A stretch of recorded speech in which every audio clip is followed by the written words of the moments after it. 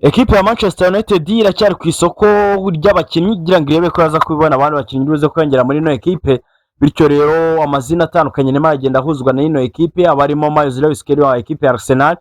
ku munsi w'ejo byiriwe bisirikira cyane. Ni imwe mu makuru yagiye agarukaho cyane byemezaga yuko ngo haba hari abantu runaka cyangwa se bavugaga ko hari abantu bafarinze cyangwa se babwiye Manchester United na ekipe ya Chelsea ko hari umusore witwa Lewis Kelly bifuza kuza kuba bamugurishayo, ndetse uwitwa Lewis Hall yamaze kuba nawe agaragaza intention yiwe n'icyifuzo cyo kubigendanye na saga imaze iminsi hagati ya ekipe ya Newcastle na Manchester United ku bigendanye n'uno musore witwa Michael Carrick. Akomeje gusaba umukinnyi uze gukina ku ruhande rw'ibumoso, bityo rero ekipe ya Manchester United ikomeje gukurikiranira hafi deal zirimo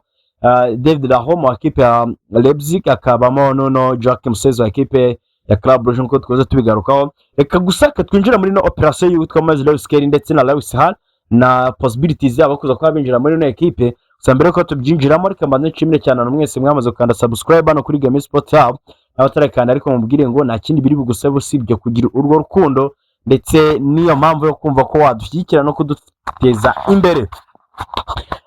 Reka nongere kandi nkwibutse gukanda like kuri ino video, ujya muri comment section y'igitekerezo cyawe ubundi tujye tugumya tubane mu biganiro byacu ko bwije nuko bukeye. Ekipe ya Manchester United ku munsi w'ejo hari hagiye amakuru hanze yemezaga yuko yaba yofarinzwe cyangwa se baba bayihaye umukinnyi witwa Miles Lewis Kelly, umwe mu mazina yo kuba yatekerezaho cyangwa se ngo barebe ko baza kuba bamusigisha na mwongere muri ino ekipe.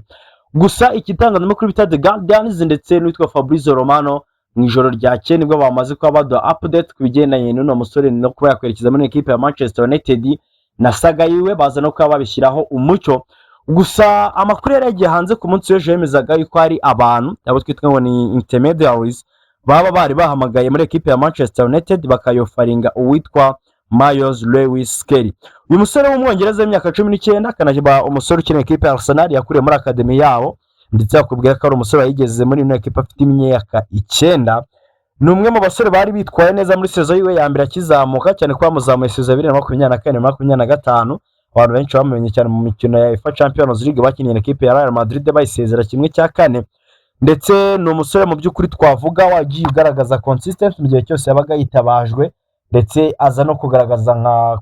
nka versatility players ushobora gukina mu kibuga hagati akaba yanakina ku ruhande. Ibyo rero nibyo byatumaga abo umwe mu basore beza bagiye bifuzwa n'amakipe atandukanye, cyane ko yabiyo Chelsea yaba na Manchester United mu mbere yuko ino sezo irangiye itangira, ndetse no mu kwezi kwa mbere aya makipe mbere yagiye amwifuza, biza no kurangira bivuzwe yuko hari yari yatangiye ibiganiro mu biro official na Arsenal ariko bikaza kurangira witwa Mikel Arteta amwimanye. Icyo gihe rero nibwo ibiganiro byose byahuzaga witwa Lewis Kelly n'abandi bakinnyi byagiye bihagarara, ndetse byari byanageze ku musozo cyangwa se byari byarangiye. Gusa ku munsi w'ejo nyine uko twari turimo tubigaruka nibwo hagiye hagaruka amakuru yandi yemeza yuko ekipe ya Chelsea na ekipe ya Manchester United zaba zahawe amahirwe cyangwa se zatangarijwe witwa Miles Lewis Kelly nk'umukino ushobora kuza kuba batekerezaho no kuba bamwongera muri no ekipe yabo. Igitangazamakuru bita The Guardian nicyo cyane kirimo kiratubwira ngo an intermediary offered Lewis Kelly to United among other club in January, saying that he would cost around 60 million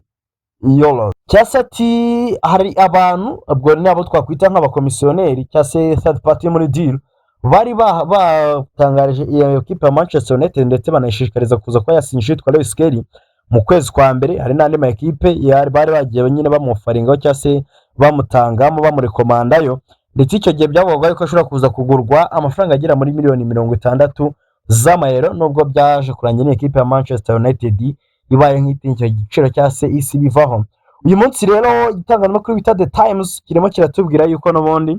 ekipe ya Arsenal ikibona no musore wayo nk'umusore uhagaze byibura cyangwa se utajya munsi ya miliyoni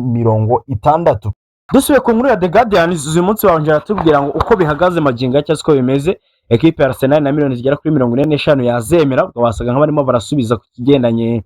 n'abavuga yuko nyine ari miliyoni 60 gusa, ariko bahise bakomeza batubwira ngo Lewis Kelly doesn't actually want to leave Arsenal anyway and Arsenal doesn't want to sell the academic star. Cyasati yabo witwa Miles Lewis Kelly ntabwo yifuza kuza kwasohoka muri no equipe, bavuga yuko yiteguye kuza kuba ahatana akanahangana nubwo bwose bamaze kuba binjizamo witwa Bruno Guimaraes bitandukanye na mbere, kandi none akaba yari umuntu utari first option wenda usibye muri impera za season ko aribwo yatangiye gukoreshwa nk'umu nimero 6. ubu ngubu rero uwitwa Lewis Skelly byahari impungenge z'uko ashobora kuza kubura umwanya ngo yamaze kubatangariza ubuyobozi ndetse n'umutoza ko yiteguye ndetse yifuza kugwa muri ekipe ya Arsenal akaza gukora ibyo ari byo byose ibishoboka ibyo ari byo byose kugira ngo aze kuba aguma muri ino ekipe ndetse agahanganira umwanya ngo kugeza igihe azabona umwanya n'uburyo bwo gukina. Byatumye abantu bahita basubira kuri post yashyizeho ku itariki 30 z'ukwezi kwa gatanu bamaze gutsindwa kuri finale ya FA Champions League, nibwo yagiye ku rukuta rwe rwa Instagram arandika ati we will do it and we will do it for you Gunners, cyangwa se ati tuzabikora kandi tuzabikorera mwebwe aba Gunners. So kugeza amagingo rero icyo wamenya ari nacyo Fabrizio Romano yari arimo aratubwira, yatubwira ati aba ekipe ya Chelsea yaba na ekipe ya Manchester United, izo ekipe zombi nta nimwe iri interested, na nimwe ishaka cyangwa se na nimwe yiteguye kuza kuba ijya mu biganiro ibyo byose byo kuba yasinyisha uwitwa Lewis Skelly, ndetse yaba Skelly yaba na Arsenal nabo nta numwe wifuza kuza kuba ntago wifuza kuza kuba batandukana. So kugeza ubu ngubu rero akatubwira ngo nta mahirwe na make uko bihagaze maginga ya yo kuba iyo deal yo kuba twabona witwa Lewis Skelly asohoka muri ekipe ya Arsenal ngo ajye muri Manchester United cyangwa se muri Chelsea, ayo mahirwe kugeza maginga ya ntayahari. Igisigaye no gutegereza tukareba nyine kuko ikintu icyo ari cyose ku isoko ry'igura n'igurisha cyahinduka, ni nkuko nyine nta wakwizera igicu cyangwa se ikirere cyo mwitumba. Tukiri kuri ekipe ya Manchester United twite twerekeza kuri uno musore nawe wundi w'umwongereza imyaka 21 bamwita Lewis Hall, umusore usanzwe ukiri ekipe ya Newcastle ayigezemo avuye muri ino ekipe ya Chelsea. Icyo gihe yaraguzwe miliyoni 35. Icyo gihe murabyo ko mu mwaka wa 2022 nibwo 23 sorry nibwo witwa Lewis Hall yatijwe muri ekipe ya Newcastle, biza kurangira na 24 bamuguze kuri permanent deal, ndetse n'umwe mu basore bamaze kugira season nziza, season z'igitangaza muri ino ekipe ya Newcastle, ari nabyo biri gutuma rero abumwe mu bakinnyi bari top target ku ma ekipe atandukanye. Murabyibuka ko uyu Lewis Hall yavuzwe mu ekipe nka Manchester City, avuga mu ekipe nka Chelsea, even ino Arsenal muri ino summer cyangwa se muri ino mercato igitangira, biza kurangira deal zose zidakunze ko ekipe ya Newcastle nyine itifuza cyangwa se yatangazaga ko ititeguye kuza kuba irekura umusore wayo. Kugeza amaginga rero ekipe ya Manchester United muri izo ekipe zose niyo ekipe yanze kuva ku bintu, niyo ekipe n'ubwo igikomeje gukora ibishoboka ibyo ari byose, niyo ekipe igipushinga kugira ngo ariko yaza kwa yibikaho uyu muvandimwe bita Lewis Hall. Kugeza amaginga rero update ari cyase icyo wabumenye nuko ekipe ya Manchester United muri body yayo yaba director technique, yaba Sir Jim Ratcliffe, yaba Michael Carrick nk'umutoza, ndetse n'abandi bantu bose ngo bafite bahora yinjira n'isohoka ry'abakinnyi muri ekipe ya Manchester United, baratekereza kandi bose bakumvikana ku kintu kimwe cy'uko bagomba kuza kuba bongeramo umunimero 3. Kare twaze tubigarukaho ubwo nari ndimo mbabwira ku nkuru y'uwitwa Joachim Says naho kuba yakwerekeza muri ekipe ya Arsenal, ibaye gapapo bashaka gutera ekipe ya Manchester United nayo yifuza uno mukinnyi. Ubwo baye warebye no video wa scrolling ukajya kwireba kuri no channel nyine iriho, ekipe ya Manchester United barifuza kuza kuba bongeramo undi mukinnyi wo kuri 3 cyangwa se umudefenseur nyine w'ibumoso, umukinnyi ufite imbaraga, umukinnyi ufite igihe kinini cyo kwa yakuvuga ngo ni umukinnyi nyine turibuze gukoresha imyaka runaka muri ekipe yacu, vanye umukinnyi ufite igihe cyo gukina. Lewis afite imyaka 21 niyo mpamvu, ndetse muri ekipe ya Manchester United wari gutekereza ko uwitwa Luke Shaw nubwo bwose yagize season nziza no season irangiye, numwe mu bakinnyi bafashe ekipe ya Manchester United mu buryo bugaragara, numwe mu bakinnyi bakinnye imikino myinshi muri ekipe ya Manchester United, ariko bakavuga ngo ku mbaraga afite cyangwa se ku myaka agezemo n'imbaraga za Premier League isaba n'amarushanwa yose tugiye gukina, cyane ko bari buze no kuba bafite amarushanwa ya Champions League,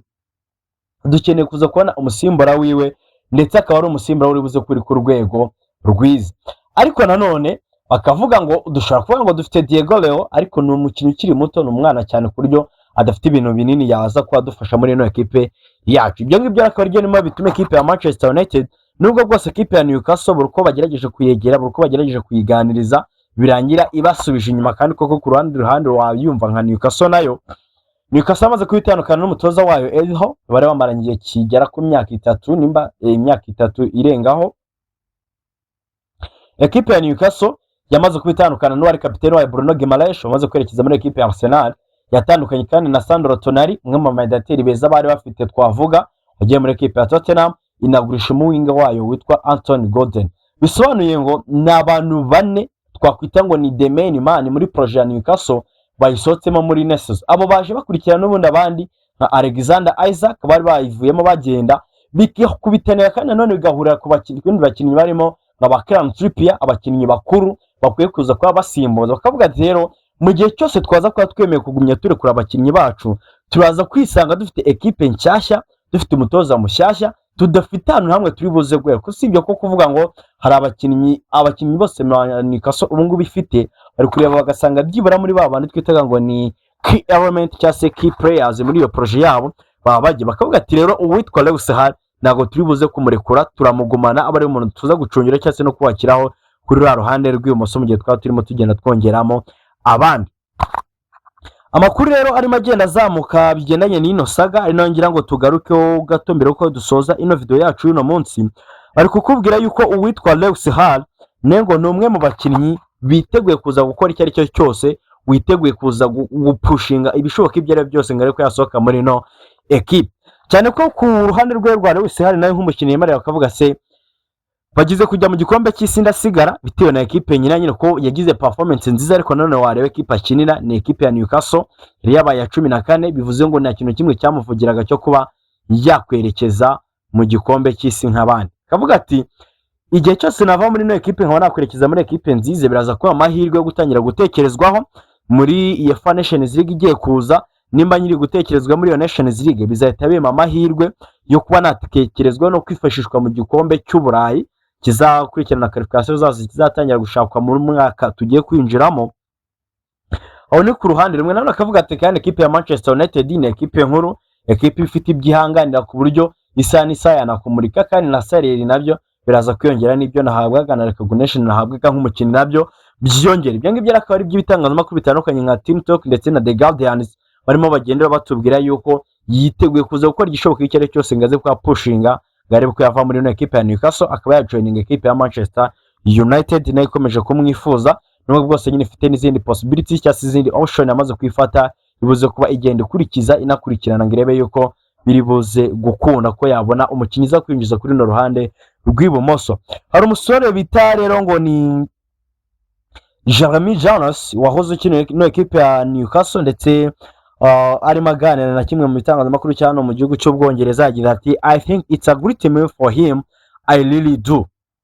Cyasa ati ndatekereza ko yaba ari move nziza, yaba ari transfer nziza kuri we kandi ko niko mbitekereza nyine. Agakomeza agira ati had a fantastic couple of years at Newcastle. I think he has obviously a huge Newcastle United fan after going there from Chelsea and so on, but he's one of those players that people looked at and said he should probably be at the World Cup. Uyu no musore no muri legend wa equipe ya Newcastle arimo aganiza Talk Sport, nibwo yarimo avuga ati ni umusore mu by'ukuri maze kugira saison nziza, saison y'igitangaza muri equipe ya Newcastle, ndetse ndatekereza ko kuva igihe yagereyeyo yaba aramaze no kumufana w'ino equipe ya Newcastle ahubwo yavaga muri equipe ya Chelsea. Ariko nyine nanone ni wa mukinnyi abantu bose turimo tukavuga ati yagakwiye kuza kuba ari yaragiye mu gikombe cy'isi nawe, ariko bigendanye na equipe arimo nyine ibyo ngibyo akavuga ko ari imwe mu mpamvu nyamukuru zaratumye aterekezayo. Ndetse kuri equipe nka Manchester United to come in for him is a huge step in the right direction, not only for United because he's just a consistent week in and week out, but it's also a big loss for Newcastle. I'm not going to lie, for him and his personal career it's a great move.